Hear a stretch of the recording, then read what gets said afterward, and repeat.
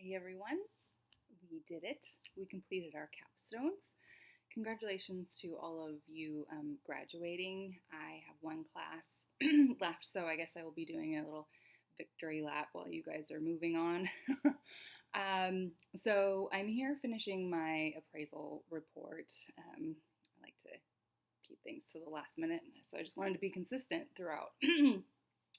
And so just to give you like a little reminder, my plan was to create an appraisal report and a processing plan for a large collection here in the archive, where I've been working on another project down in the basement. I thought I would show off the upstairs reading room because downstairs, as you saw in my first video, is not very exciting and there's a lot of harsh lighting.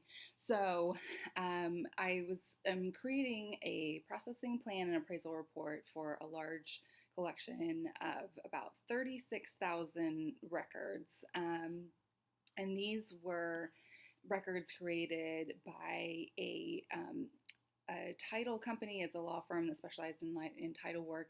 They started in the 60s and I think they ended around the 80s. And it was a unique collection for this archive because this is a circuit court, and this archive only has stuff that was created by the court. So the fact that they took in this large collection that was created for a firm that has like nothing really to do with this archive, it was kind of unique, and so my job was kind of to find out why it was considered valuable at the time and if it's still considered value in the same way. And so there was a lot of research that went into it. And so that's kind of what surprised me along the way. So my proposed learning objectives were to have a hands-on application of the archival practices and collection and stuff like surveying and all the things that I have learned in my time at Drexel and just applying them in an actual archive. My other learning objectives were to research and analyze related archival literature, case studies, and processes and procedures to create the most effective plan for this collection, and to identify valuable key records within the collection and target members of the public who would utilize the collection, and to demonstrate the value of the records to both the court and the community. So my metrics were to complete the appraisal report, processing plan upon the completion of the project, which I am doing now, to list the sources, resources, and the experts used in the creation of the report, and those included in bringing in the collection, and to identify key records and intended audience in the appraisal report. So some of the things I did do, like there was a lot of things that I wanted to have done by about midterm and towards the end, and I guess the research part and just getting in there and looking at all the parts of the collection took me a really long time. So I was starting to panic about like midway because I hadn't really written anything yet. I'd done the background and I did know the history and I had talked to the people, but it was just that I was like, I haven't actually written anything yet. And so it wasn't that bad because it didn't take that long. Once I had done it, it wasn't too bad. And it was actually really fun getting in there. I just had to be careful. As a history major, I know that you can go down rabbit holes and get kind of lost down there. So it was just kind of getting a focus. I think I mentioned it a few times in my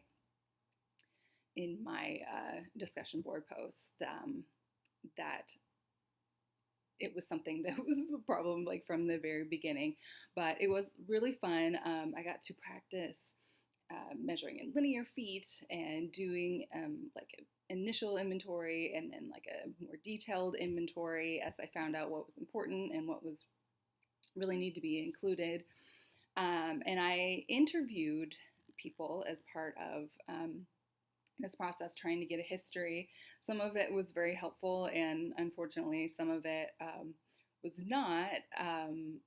because I'm realizing it's really hard to do this, to kind of figure out how a collection works when all the people who are involved in creating it and using it have long passed. So I interviewed the um, archivist, the county archivist, and he was one of the ones who was involved in taking this collection in. But unfortunately, he really didn't know anything.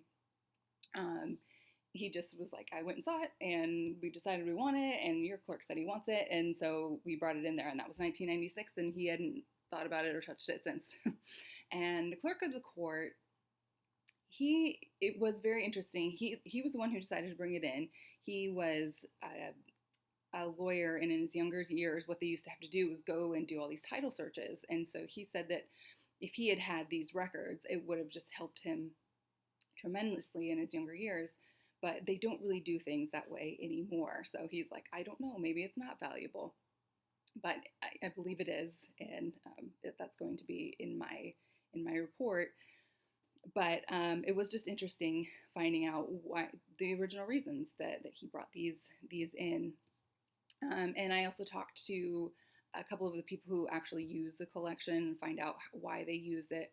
And they really helped me to find out. And there are a couple like indexes that were built into the collection from the original creators, and they didn't even know about them. And so I said, well, would they be useful? And they said, yes, I wish I would have known about this 20 years ago. Um, so that was very interesting. And then going forward, what I really found through this process was that there's not going to be that much actual like processing to this. A lot of it's already kept, it's shelved the way that it was arranged by them, because that's the best way to keep it. Um, and so really it's going to be more about item level description and creating fuller indexes and inventories and finding aids so that we can find them. And now that I'm going to be working here, which is fantastic, I can really offer it as a source of information for our patrons, and then hopefully we'll be able to better find out who really will be able to use it and how useful the documents are. There are a few things that it's being used for now. There's plats that they have original copies of, and our copies aren't that great. And so that, I mean, we're going to keep it. It's already here. So the processing is a little bit minimal, but it's really going to help knowing exactly what needs to be done, because now I'm going to be in charge of the intern and the volunteer programs, so I can look for someone who is interested in doing something like that. So that's pretty exciting.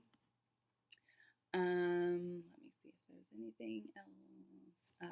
So really, that's about it, I think. It was a great experience, and it's really helped me professionally because I've worked here on 2 other projects. So I am an expert really on 3 collections now. I have seen more of them than anyone else has. So I'm not saying it got me the job, but it definitely helped me answer some questions in the interview. So that's great. Um, so thank you for following along with my project, and I look forward to hearing about what you all did. I've seen some that look pretty awesome, and best of luck to you in your future endeavors.